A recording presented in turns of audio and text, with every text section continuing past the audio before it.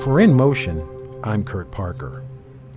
While the 2005 Nittany Lions may have been 2 seconds from perfection, they are part of a long list of Penn State football teams that have been noteworthy. One such group was the 1947 team, both for their accomplishment on and off the gridiron. Now, this was one of the great teams in Penn State's history. They set records back then that still haven't been broken, defensive records. And the problem is that a lot of the problem with why Penn State's 47 team doesn't get more national recognition is because Notre Dame had a great team. Michigan had a great team. They were all loaded with these weren't kids. These were 25, 26-year-old men. They'd been through the ropes. And the team went unbeaten. They set defensive records that still haven't been broken. They're the number 4 team in the country.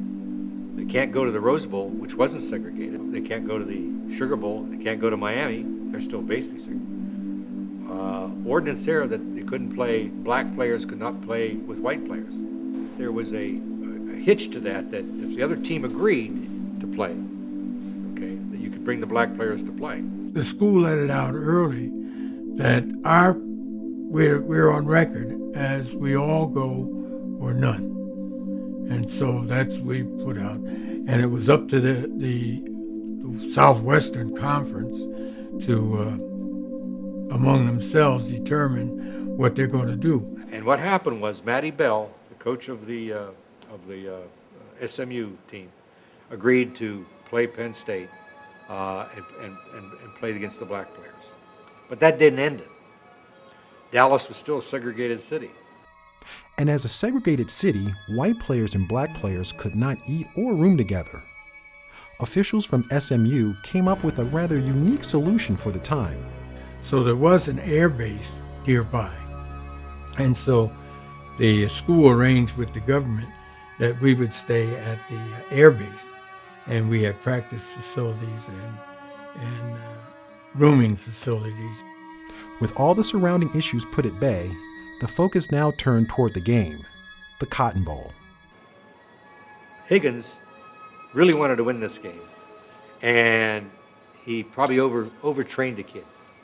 And they went down there, and he really worked them hard, and they got really ticked off.